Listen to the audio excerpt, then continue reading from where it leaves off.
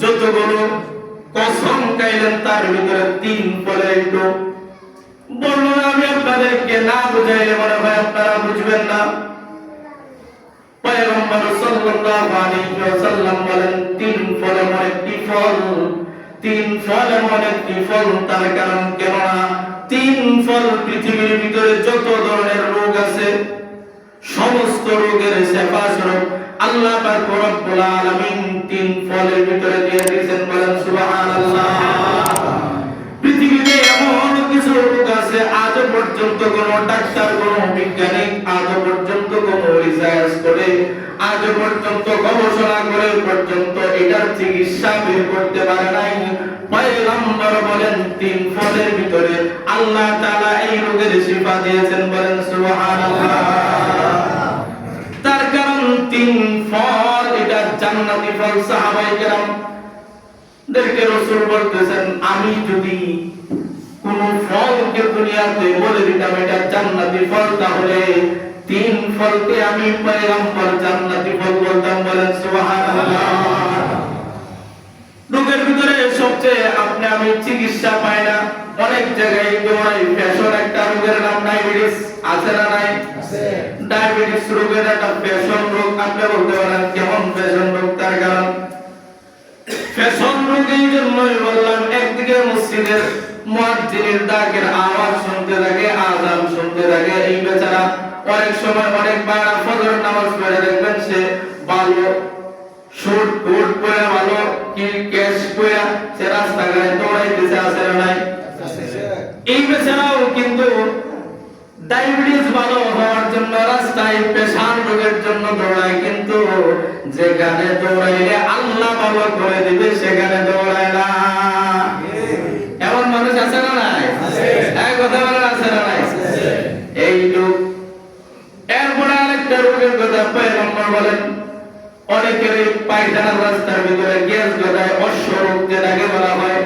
পয়গম্বর বলেন এই 3 ফল খাইলে আল্লাহ তাআলা এই লোকটাকে ভালো করে দেয়। বলেন সুবহানাল্লাহ। এরপরে পয়গম্বর বলেন আরেকটা রোগের কথা পয়গম্বর জানা দিলেন।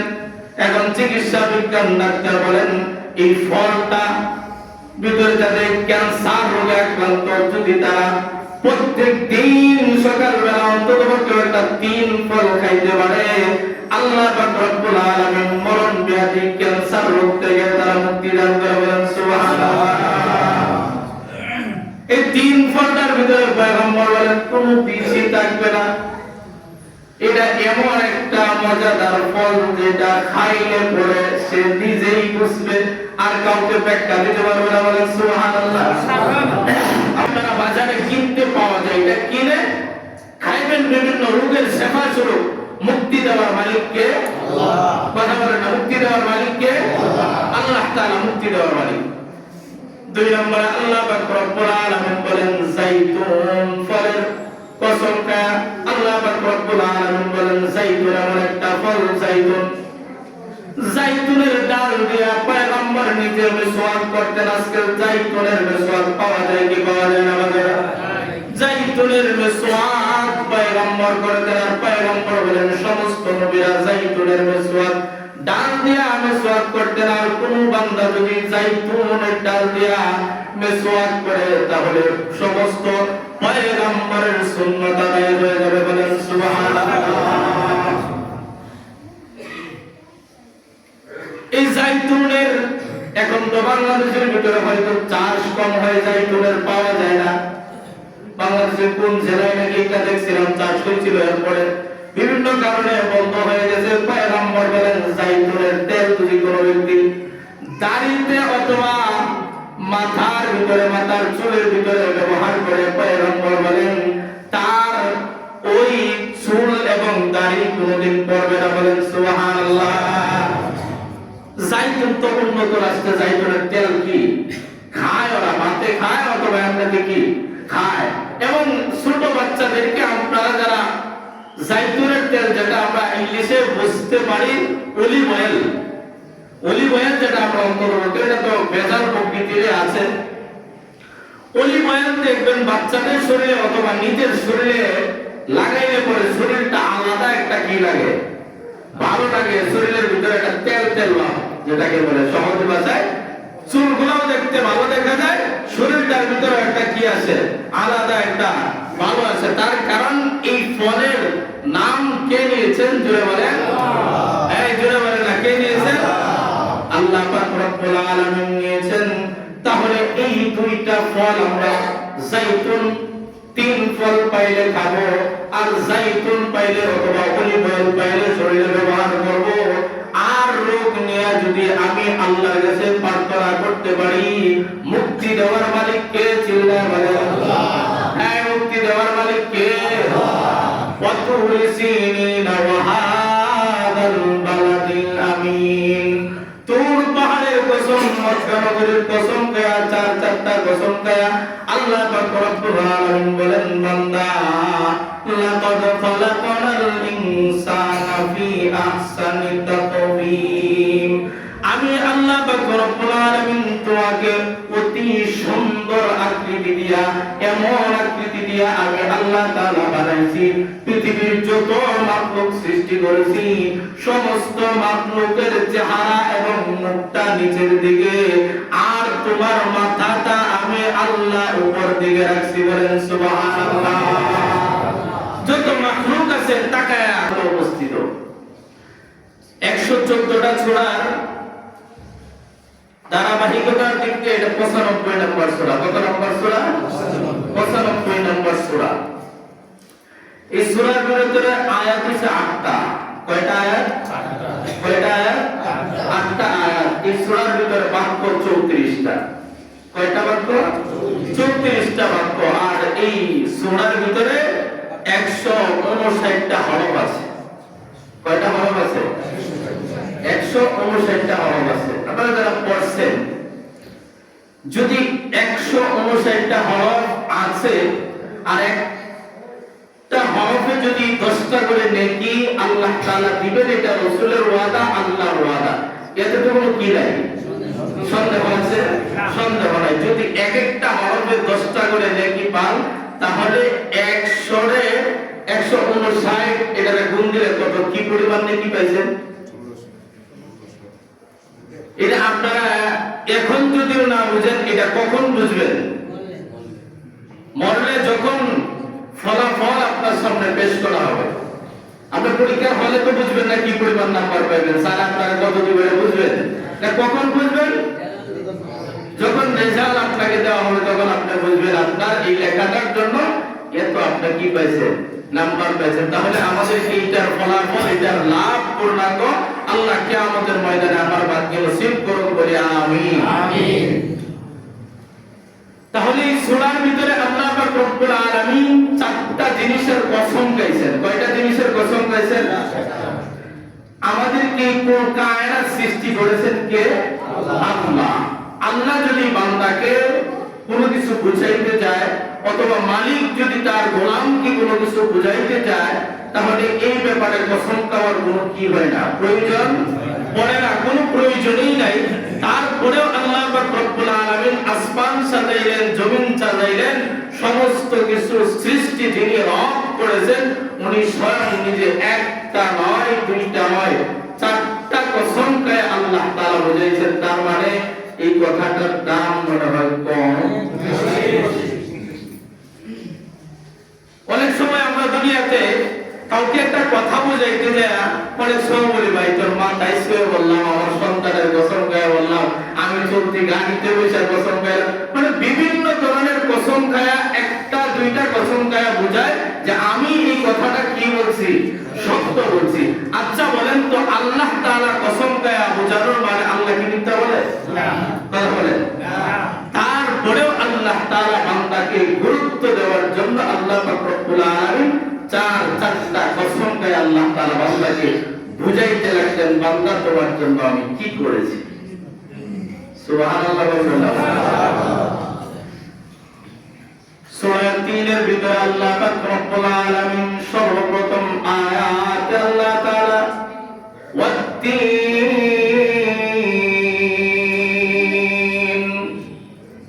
1 নম্বর আল্লাহ পাক রব্বুল আলামিন কসম খায়া বলতে চাইলেন, বান্দাদেরকে বুঝাইতে লাগলেন, হ্যাঁ গোলামেরা শোনো, আমি 1 নম্বর নম্বরে আমি আল্লাহ তাআলা তিন ফলের কসম তা বুঝাইতে চাইলাম।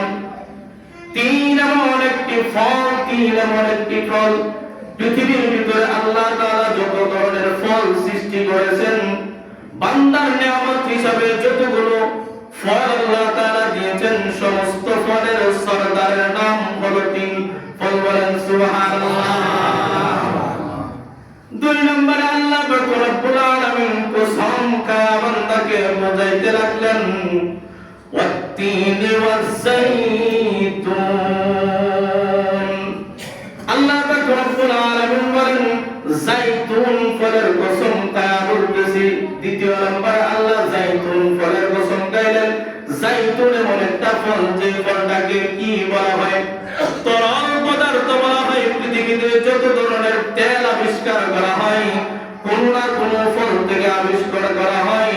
পয়গম্বর সাল্লাল্লাহু আলাইহি ওয়াসাল্লাম বললেন, আল্লাহ পাক রব্বুল আলামিন যাইতুন ফলের কসম খায়া বান্দাকে বুঝাইতে লাগলেন। বলেন সুবহানাল্লাহ। ওয়া হাদাল বালাদিল আমিন।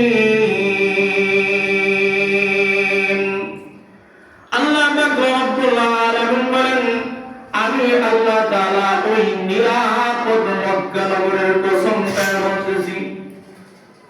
নিরাপদ মক্কা নগরী ওই নগরীকে বলা হয় যে নগরীর ভিতরে যদি বাবার খুনে কেউ, বাবার হত্যাকারী কেউ দেখা হয়, অথবা কোনো ব্যক্তিকে যদি বাবার হত্যাকারীকে দৌড়াইতে নিয়ে যায়, আর বাবার হত্যাকারী যদি কাবার চত্বরের ভিতরে ঢুকে দেয়, পয়গম্বর বলেন ওখানে ওই মানুষটাকে হত্যা করা হারাম। ওই নিরাপদ নগরীর কসম খায়া আল্লাহ পাক রব্বুল আলামিন বলতে লাগলেন, ওয়াত-তিন ওয়াজ-যাইতুন ওয়া তুরি সিনিন ওয়া হাদাল বালাদিল আমিন। ওয়া তুরি সিনিন, আল্লাহ পাক রব্বুল আলামিন এরপরে তুর পাহাড়ের কসম খায়া বলতেছেন, পৃথিবীর ভিতরে আল্লাহ তাআলা যতগুলো পাহাড় সৃষ্টি করেছেন, চারটা দামি দামি পাহাড় আছে, এর ভিতর থেকে একটা দামি পাহাড়ের নাম তুর পাহাড়। কোন পাহাড় কথা বলেন না? তুর পাহাড়ে যায় কোন পয়গম্বর কথা বলতেন? মুসা আলাইহিস সালাম তুর পাহাড়ে যায় আল্লাহ তাআলার সাথে কথা বলতেন। আর তুর পাহাড়ের ভিতরে আল্লাহ তাআলা তাওরাত কিতাবকে মুসা আলাইহিস সালামকে দিয়েছিলেন। বলেন সুবহানাল্লাহ। কয়টা কসম খাইলেন আল্লাহ? এক কথা বলেন না, কয়টা কসম খাইলেন? এক নম্বর আল্লাহ তাআলা তিন ফলের কসম খাইলেন। দুই নম্বরে যাইতুনের কসম খাইলেন। এরপরে তুর পাহাড়ের কসম খাইলেন। চার নম্বরে আল্লাহ পাক রব্বুল আলামিন মক্কা নগরীর কসম খায়া বললেন। চারটা কসম খায়া আল্লাহ পাক রব্বুল আলামিন কি বলেন? লাকাদ খালাকানাল ইনসানা ফি আহসানি তাকওয়িম। হে মানুষ সম্প্রদায়, হে বনি আদম, আমি আল্লাহ পাক রব্বুল আলামিন তোমাকে অত্যন্ত সুন্দর করে বানাইছি। বলেন সুবহানাল্লাহ। আমাদেরকে আল্লাহ পাক রব্বুল আলামিন চারটা কসম খায় আল্লাহ বুঝাইতে লাগলেন, আমাদেরকে আল্লাহ সুন্দর করে বানাইছেন। সুবহানাল্লাহ।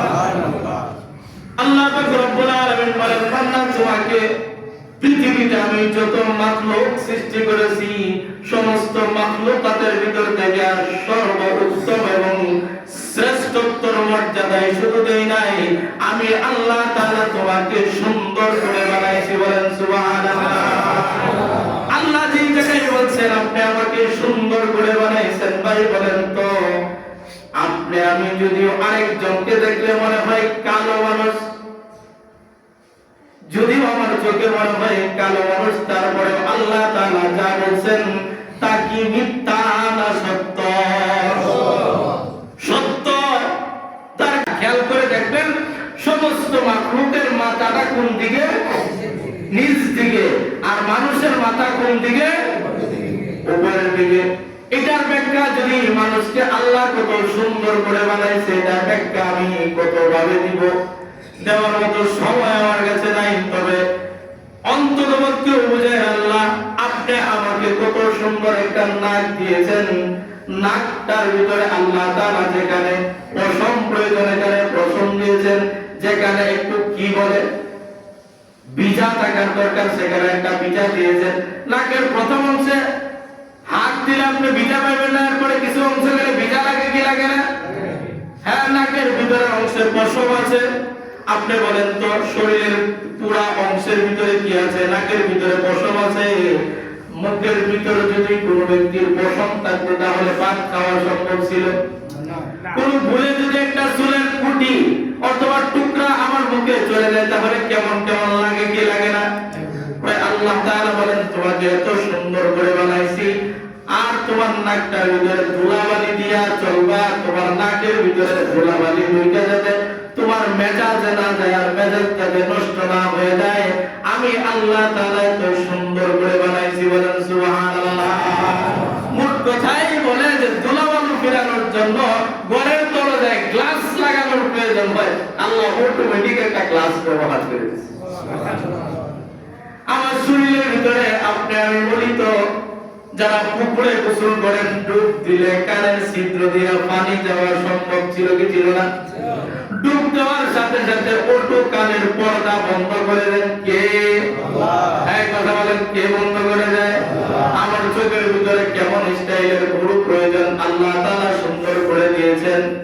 আচ্ছা বলেন তো আমার চেহারায় দিকে নাক দুজি পিছনে থাকতো, খাইতে গেলে আগে নায়ের পিছনে কি করা লাগতো? পিছনে নিয়ে এটা ঘুরায়া নাকের আগে বোঝানো লাগতো এটা ভালো না মন্দ। আল্লাহ রব্বুল আলামিন সুবহানাল্লাহ সুবহানাল্লাহ। আল্লাহ কত সুন্দর করে আপনাকে আমাকে বানাইছে। বর্তমান চিকিৎসা বিজ্ঞান বলেন পৃথিবীর এমন কোন বস্তু আজ পর্যন্ত আবিষ্কার করতে পারে নাই যেই বস্তুটার গতি চোখের কাছাকাছি যাইতে পারবে, চোখের দৃষ্টি শক্তির কাছে যাইতে পারবে। আজও পর্যন্ত এমন কোন বিজ্ঞান কোন কিছু আবিষ্কার করতে পারে নাই। আমরা মুহূর্তের ভিতরে জমিনে বসে থাকাইলে 7 তবক আসমানের কাছাকাছি প্রথম আসমানের সূর্য কি দেখতে পাই কি পাই না? এই কথা বলেন, তারকা আদি দেখতে পাই কি পাই না? হ্যাঁ এই কথা বলেন, দেখতে পাই কি পাই না? এই সুন্দর আকৃতিকে কে আমাদেরকে বানাচ্ছেন? চিল্লায়ে বলেন হ্যাঁ, আরো জোরে বলেন, কে বানায় দিয়েছেন? আল্লাহ তাআলা বানায় দিয়েছেন। আপনি আমি বডিকে দিয়ে রিচার্জ করার জন্য আল্লাহ বলেন তোমার 3.5 হাত বডি নিয়ে যদি তুমি রিচার্জ করো আর গবেষণা করো, আমি আল্লাহকে চিনার জন্য যথেষ্ট হয়ে যাবে। বলেন সুবহানাল্লাহ। মজার এক ঘটনা তাফসীরে ইবনে কাসিরের ভিতরে আছে। খলিফা মনসুরের বাড়িতে একটা লোক ছিল, কাজের লোক, সরল প্রকৃতির মানুষ। সে ভালো দাড়ি টুপি আছে, ভালো খলিফা মনসুরের রাজপ্রাসাদে কাজকর্ম করে। এমন মুহূর্তে গ্রামের একজন মানুষের মাইয়া যুবতী মাইয়াকে বিবাহ দিবে। কোনোভাবে একটা প্রস্তাব হয়েছে খলিফা মনসুরের বাড়িতে যে রাজপ্রাসাদে যে ছেলেটা থাকে তার কাছে কিভাবে দিবে, বিবাহ দিবে। যাই হোক, এক পর্যায়ে বিবাহ হয়ে গেছে। সোজা মানুষ তো ওকে খুব আদর করে, যত্ন করে, খুব মহাব্বত ভালোবাসে। খলিফা মনসুরের বাড়িতে থাকাকালীন সময়ে রাতের চাঁদনির আলোতে যখন ওই যে রাতের 14 তারিখের রাত্রিটা যেমন কি হয় আলোকিত হয়, এই আলোকিত চাঁদনির ভিতরে বৈশা দুইজনে স্বামী স্ত্রী বৈশা কি করতেছে? কিছু গল্প করতেছে, কিছু আলাপ করতেছে। এখন আপনি আমার স্বামী স্ত্রী কি করি না ভালোবাসার কথা বলবো দূরের কথা, দূর দূর করে তারা দেয়, কিন্তু শাস্তলের ভাবিরে খুব ভালো লাগে। বাস্তব না বাস্তব? পরের বাড়ির ভাবিরে খুব ভালো লাগে, নিজের বউরে ভালো লাগে না। নিজের বউরে ভালোবাসবেন, মহব্বত করবেন, এটা কার সুন্নাত? কথা বলেন না, নবীর সুন্নাত। আর আমাদের মা বোনদেরও কিছু দোষ আছে। কি দোষ?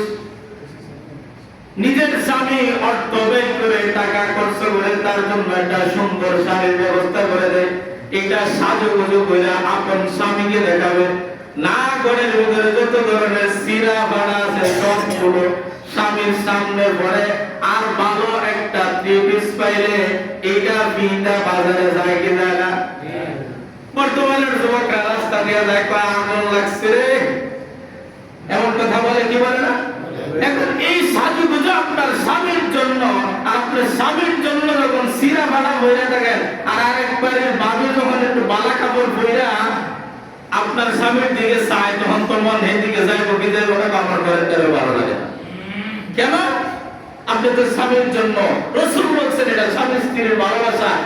রাতের যখন আধার চলে আসবে তার স্ত্রী তার স্বামীর জন্য সাজুগুজু করে থাকবে, যেন চাউনি মাত্রই তার দিকে মনটা যায়, অন্য দিকে না যায়। এখন আপনি আমার মা বোনটা তারা কি করে?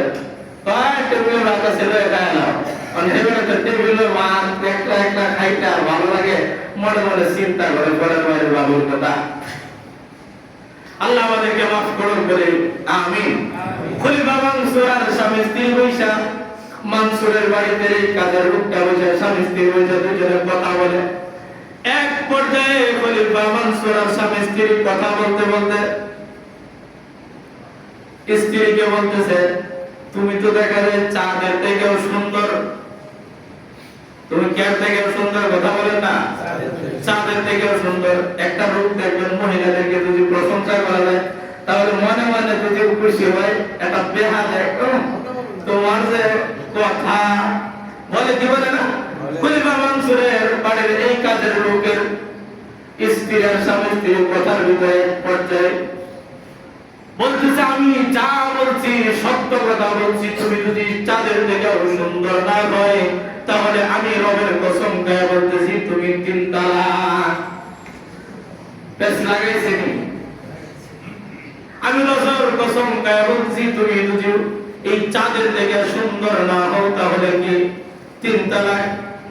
এখন স্ত্রী তো সামনে থেকে চলে গেছে, স্বামী যখন 3 তালাক দিয়েছে তার জন্য এটা আলাপ আর সামনে আসতে পারবে না। এখন 1-2 দিন পার হয়ে যায়, খলিফা মানসুর খবর নেই কি ব্যাপার, আমার রাজপ্রাসাদের অমুক লোক কেন আসে না? ঢাকায় আসছে, আনার পরে বলে কি ব্যাপার, তোমার ঘটনা কি হয়েছে? বলে মানসুর সাহেব, আমি তো রাতের নির্জনে আমার স্বামী স্ত্রী দুইজনে মিলে কথোপকথন করতেছিলাম, এক পর্যায়ে আমার স্ত্রীর সাথে কথা বলতে যায়, কথার কাটাকাটিতে আমি বলে বললাম তুমি যদি রাতের চাঁদনির থেকেও সুন্দর না হও তাহলে তুমি 3 তালাক। আমার স্ত্রী তো আমার ঘরের ভিতরে আছে তো 3 তালাক হয়ে গেছে, এটা থেকে বাঁচাইবার কোনো রাস্তা নাই। এখন বলেন তো আপনি আমাদের ভিতরে সুন্দর চেহারা এখানে কয়েকজন আছেন না নাই? মনে হয় চেহারার ভিতরে আগুন লেগে আছে, কি সুন্দর আছে না নাই? এমন 20-50 জন লাখো মানুষকে এক ঘরে বললেও লাইটের আলো না থাকলে এই ঘরটা কি আলোকিত হবে? কথা বলেন, আলোকিত হবে? আমার ওয়াজ মনে হয় বুঝেন না আপনারা? সুন্দর মানুষ একসাথে বললে আলোকিত হবে? আলোকিত হবে না, তাহলে এটা তো কোনোভাবেই সম্ভব না। খলিফা মানসুর তাকে আনছে, খলিফা মানসুর তাদের স্বামী স্ত্রীর কথা শুনে রাজ্যের যত বড় বড় ওলামায়ে কেরাম আছে সবাইকে আনছে ফতোয়া জানার জন্য। এখন আপনি আমি তো এমন আম্মক বক্তেল, আজকাল হুজুর লাগে না, নিজেই ফতোয়া দেবে, হুজুররা কি জানে? এমন কথা বলে কি বলে না, কথা বলেন না? হুজুররা কি জানে? আমি সব জানি। খলিফা মানসুর বাদশা হওয়ার পরে দেও নিজের সিদ্ধান্ত নেওয়ার ব্যাপারে ভয়, তার কারণ এটা ইসলামের বিধান। তালাকের ব্যাপারে একমাত্র মুফতি ছাড়া কথা বলবে না, আর মুফতি সাহেব ফতোয়া দিবে। তালাকের মাসআলা হলো যা ঘটনা ঘটছে শুরু থেকে শেষ পর্যন্ত সব লিখে উত্তর করে মুফতি সাহেবের কাছে নিবে, আর মুফতি সাহেব কইরা যা বুঝছে তার উপরে কি দিবে, ফতোয়া দিবে। মৌখিক কথার মূল্য নাই, তার কারণ এখন একটা বলে তখন আরেকটা বলে, বউ হারাইলে তালাক দিয়ে বলে মিশা হনা দশটা কয় কি কয় না, এই কথা বলেন, বলে কি বলে না? এখন খলিফা মানসুর সব মুফতি গুলারে একসাথে করে জিজ্ঞাসা করছে, সব মুফতিগুলা এক বাক্যে স্বীকার করছে, তার কারণ পশ্চিম কালেও সম্ভব না। মানুষ কি করে চাঁদের থেকে সুন্দর হয়? চাঁদ তো পুরা পৃথিবীতে আলোকিত করে। এই জন্য মুহাম্মদুর রাসূলুল্লাহ সাল্লাল্লাহু আলাইহি ওয়াসাল্লাম বলেন, আমাদেরকে আল্লাহ তাআলা যত ধরনের ফল দিয়েছেন, যেই ফলের ভিতরে যে পরিমাণ চাঁদের আলো পড়ে, এই ফলটা তত পরিমাণ মিষ্টি হয়। বলেন সুবহানাল্লাহ। যেই ফলে চাঁদের আলো বেশি লাগে, এই ফলে কি হয়? মিষ্টান্ন বেশি হয়। এখন সারা দুনিয়াকে আলোকিত করে এই চাঁদের সাথে যেহেতু মানুষকে তুলনা করছে, এটা কি করা? তার বউ পাবে না। ওই জামানার ভিতরে আমাদের মাযহাবের ইমাম আবু হানিফা রাহমাতুল্লাহি আলাইহি ছাত্র দ্বারায় বলে, আপনাদের সিদ্ধান্ত নেওয়ার পর্যায়ে আমি এখন একটু কোরআন তেলাওয়াত করে আল্লাহ তাআলার কালামকে তেলাওয়াত করে শোনাইতে চাই। বলেন সুবহানাল্লাহ। খলিফা মানসুর কবে না, আরেকজনের বউ চলে যায়, বিপদে আছে, তুমি এই জায়গায় কোরআন তেলাওয়াত করবা, অশান্তি। ইমাম আবু হানিফা রাহমাতুল্লাহি আলাইহি ছাত্র বলেন, অশান্তির ভিতরে শান্তি দেওয়ার মালিক কে? আল্লাহ। বলেন শান্তি দেওয়ার মালিক কে? এখন তো আমরা গান শুনলে বড় অশান্তি শান্তি লাগে। আসলে বাস্তবিক আপনি মনে করবেন কোরআন তেলাওয়াত শুনে দেখেন আপনার মনটা এত পরিমাণ শান্ত হবে, এত পরিমাণ শান্ত হবে, আর এই শান্তি পৃথিবী আর কেউ দিতে পারবে না। বলেন সুবহানাল্লাহ।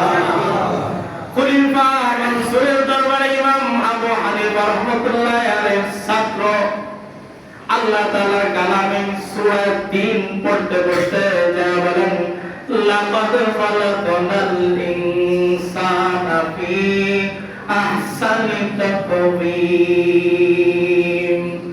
হাই মুফতি সাহেব খলিফা মানসুর তাকা দেখেন, আল্লাহ তাআলা বলেন পৃথিবীতে যা সৃষ্টি করেছেন তার থেকে উত্তম সুন্দর রূপ সৃষ্টি করেছেন মানুষকে। বলেন সুবহানাল্লাহ। সব মুফতি সাহেবরা কয় কি ব্যাপার, এই আয়াতের কথা তো আমাদের মাথায় ছিল না। খলিফা মানসুর বলে, যাও তোমার বউকে পেয়ে গেলা। আল্লাহ যেহেতু সমস্ত সৃষ্টি জীবের ভিতরে সুন্দর করে মানুষ বানাইছে, চাঁদের থেকেও সুন্দর মানুষ বানাইছে, সুতরাং তোমার বউ তালাক হয় নাই, তোমার বউ নিয়ে যাও। বলেন সুবহানাল্লাহ। তাহলে এই তাফসীর ইবনে কাসিরের এই ঘটনা শোনার মূল মাকসাদ, সব কিছু থেকে সৃষ্টি সুন্দর কে করেছেন? আল্লাহ। কে করেছেন? আল্লাহ পাক রব্বুল আলামিন করেছেন।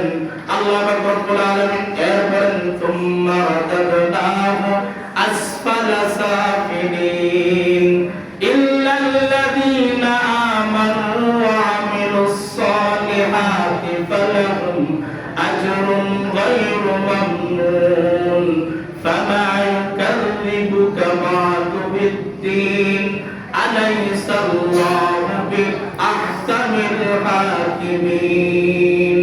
তার কারণ এত কিছু পাওয়ার পরে, এত সৌন্দর্য পাওয়ার পরে দেও মানুষগুলোকে আল্লাহ সুন্দর রূপে বানাইছে, তারপরেও তার নিজেকে আল্লাহ যেভাবে তার যেমন সুন্দর প্রয়োজন, তার জন্য যেমন দেখলে ভালো মনে হয়, তেমন কে বানাইছেন? কথা বলেন না।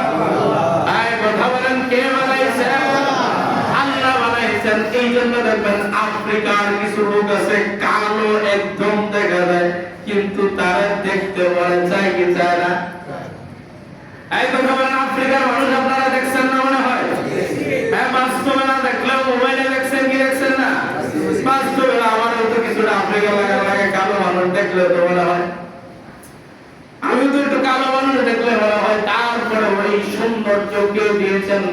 আল্লাহ দিয়েছেন। আল্লাহ পাক রব্বুল আলামিন বলেন, সমস্ত কিছু থেকে মর্যাদার দিক দিয়ে তোমাকে শ্রেষ্ঠ বানাইলাম, সব কিছু থেকে দামি আমি আল্লাহ তাআলা বানাইলাম। মানুষ যদি তুমি তোমার রবকে না চিনো, তাহলে আমি আল্লাহ তাআলা তোমাকে এমন বানাইতে পারি, শেষ পর্যায়ে তুমি দেখবা অন্যের সহযোগিতা ছাড়া তোমার চলা সম্ভব হয় না। এই মানুষকে আল্লাহ সুন্দর বানাইছে, দেখবেন বৃদ্ধকালে যদি দাঁত গোলাপ হয়ে যায়, তখন গাল যদি বড়া লাগলে ভিতরে চলে যায়, এরপরেও দেখবেন কি মানুষ ভালো দেখা যায়, তেমন বেশি ভালো দেখা যায় না কিছু মানুষ। সেটা নষ্ট করে গেছে। তার কারণ ডক্টর শহীদুল্লাহর স্ত্রী একদিন বলতে, স্বামী আপনি তো ভালো ভালো দামি জায়গায় যান, আপনি ভালো ভালো মিটিং এ অংশগ্রহণ করেন, আপনার দাড়িটা না থাকলে আপনার একটু হ্যান্ডসাম বডি স্মার্ট দেখা যাইত। ডক্টর শহীদুল্লাহর স্ত্রীর এই কথা ডক্টর শহীদুল্লাহ শুই না আর কিছু বলেন নাই। 6 মাস পরে বলতেছে, কি ব্যাপার স্বামী আমার, আপনাকে তো বলছিলাম একটা বিষয় দাঁড়ের কথা, এটাকে একটু ভাবছিলেন কিনা? ডক্টর শহীদুল্লাহ বলেন, হ্যাঁ ভাবছিলাম। তো কি ভাবছিলেন? মনে মনে ভাবছিলাম দাড়ি রাখবো না পরে রাখবো। বলেন সুবহানাল্লাহ। ডক্টর শহীদুল্লাহ বলেন, চিন্তা করছিলাম দাড়ি বিদায় করবো না তোকে বিদায় করবো। ডক্টর শহীদুল্লাহ স্ত্রী বলে, দাড়ির জায়গায় দাড়ি থাকা, আমার জায়গাটা আমি থাকি, আপনার দাড়ি আপনার জায়গাটা। আপনি একজন পুরুষ মানুষ, আপনাকে যেভাবেই সুন্দর প্রয়োজন হয়, আপনি বলেন তো একই ডেক্সির ভাত কান, একই পাতিলের মাছ কান, কিন্তু আপনার স্ত্রীর গালে দাড়ি গজায় না, আপনার গালে দাড়ি গজায়। কে দিয়েছেন সৌন্দর্য? আল্লাহ। কে দিয়েছেন সৌন্দর্য? আল্লাহ দিয়েছেন। আল্লাহর সৌন্দর্যকে যারা বিকৃতি করে দাড়ির মধ্যে ঘোর লাগায় দেয়, পয়গম্বর বলেন এরা তাদের গালে ঘোর লাগাইলো না, এরা আমি নবীজির কলিজায় ঘোর লাগাই দিল। নাউজুবিল্লাহ। আসতে বলেন, আসতে বললেন যে তার মানে দাড়ি রাখার দরকার আছে না নাই? এই দাড়ি রাখার ফজিলত কি? দাড়ি রাখার ফজিলত কি? আল্লাহ পাক রব্বুল আলামিন সৌবকার অনেকগুলো ব্যাখ্যা বিশ্লেষণ আপনারা জানেন, তবে দাড়ি রাখার মর্যাদা আল্লাহ তাআলা কি পরিমাণ দিয়েছেন। পয়গম্বর হাদিস শোনাইতে যায় বলেন, এক পর্যায়ে বলেন আল্লাহ পাক রব্বুল আলামিনের দরবারে যখন দাড়ি পাকনাওয়ালা মুরব্বিরা হাত বাড়ায় দেয়, কোন মুরব্বিরা কথা বলেন না, দাড়ি পাকনাওয়ালা মুরব্বিরা যখন হাত বাড়ায় রবের দরবারে চোখের পানি ছেড়ে দেয়, পয়গম্বর বলেন আল্লাহ তাআলা লজ্জিত হয়ে বলেন, ফেরেশতারে আমার এই বান্দার চোখের পানিগুলো বন্ধ করে দাও, তার মনের যা চাহিদা আছে তা পুরা করে দাও। আমি আল্লাহ পাক রব্বুল আলামিন বললাম, বলেন সুবহানাল্লাহ। আল্লাহ পর্যন্ত লজ্জিত হয়ে যায় দাড়ি পাকনাওয়ালা মুরব্বিরা হাত তুললে। তাহলে দাড়ির দাম কম না বেশি? বেশি। কথা বলেন, কম না বেশি? তার মানে দাড়ি রাখার দরকার নাই? আছে। কোন দিকে? স্টাইল করে? হ্যাঁ হ্যাঁ, নবীর সুন্নাত অনুযায়ী। এখন আপনারা এদেরকে ফ্যাশন বানায় নিছি কেমন? কয় দাড়ি রাখা সুন্নাত। আচ্ছা বলেন তো, দাড়ি রাখা যদি সুন্নাত হয়, কাদা কবিরা গুনাহ। আমি আপনার কথায় একমত, দাড়ি রাখা সুন্নাত। কিন্তু দাড়ি নবীর সুন্নাত অনুযায়ী এক মুষ্টি রাখা সুন্নাত, দাড়ি রাখা সুন্নাত না। কয় মুষ্টি? কথা বলেন না। এক মুষ্টি দাড়ি যদি আপনার বেশি হয়ে যায়, এরপরে ইসলাম হুকুমত দিয়েছে বেশি হয়ে গেলে বাঁচবে, আপনার সমাজে একটু খারাপ দেখার জন্য এক মুষ্টি বেশি হলে কি করতে পারবে? কাটতে পারেন। এক মুষ্টি পরিমাণ রাখা সুন্নাত। কারণ আপনি এটা লাগাইছেন দাড়ি রাখা সুন্নাত। কয় মুষ্টি রাখা সুন্নাত? এক মুষ্টি। চতুর্দিকে এক মুষ্টি হয়ে যাবে। কোন দিকে? চতুর্দিকে এক মুষ্টি হয়ে যাবে। আল্লাহ আমাদেরকে দাড়ি রাখবার মতন যোগ্যতা দান করে, সকলে বলে আল্লাহুম্মা আমিন। এরপরে আরো কথা আছে, তার কারণ কেননা আল্লাহ তাআলা আমাদেরকে সুন্দর বই দিয়েছেন, সব কিছু দিয়েছেন, তারপরেও যদি আমি আল্লাহ তাআলার সৃষ্টি গুণ না মানি, এই জন্য দেখবেন বৃদ্ধকালেও নুরানি তাজাল্লির 5 ওয়াক্ত নামাজি আল্লাহওয়ালা মানুষকে দেখলে দেখতে মনে চায় কি চায় না? এই কথা বলেন, দেখলে দেখতে মনে চায় কি চায় না?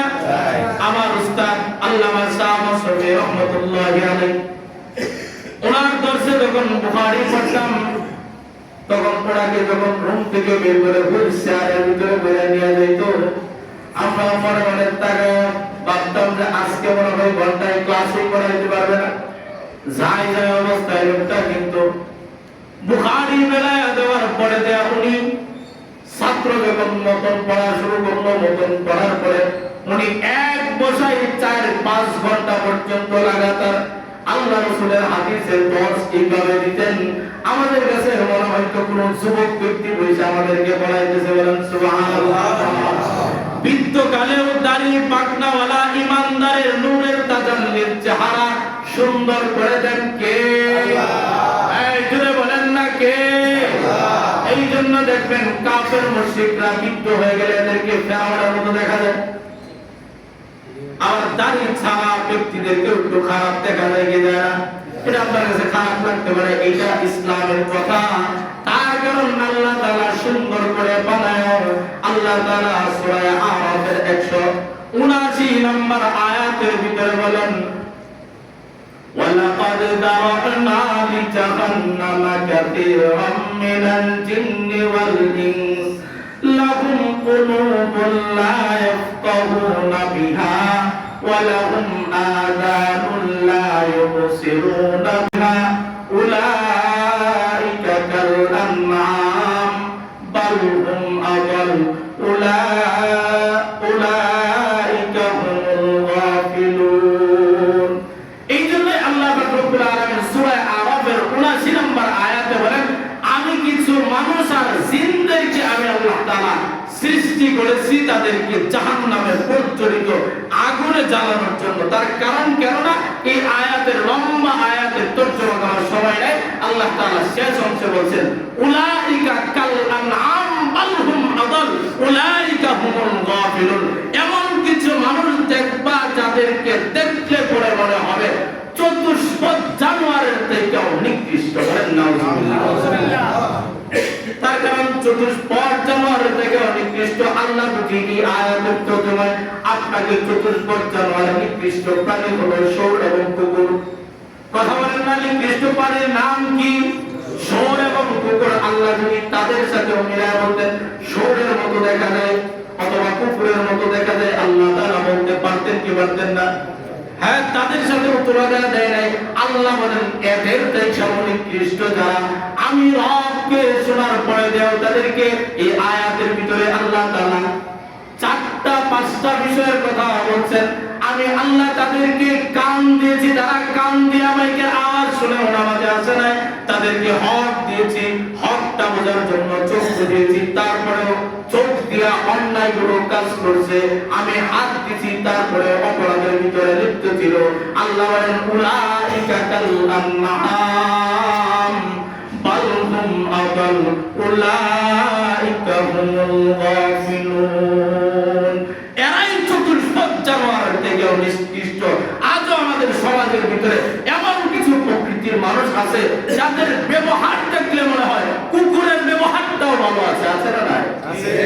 তার কারণ কুকুর তো এক বেলা খাওয়াইলে 5-7 দিন পর্যন্ত আপনার সাথে দেখা নাই।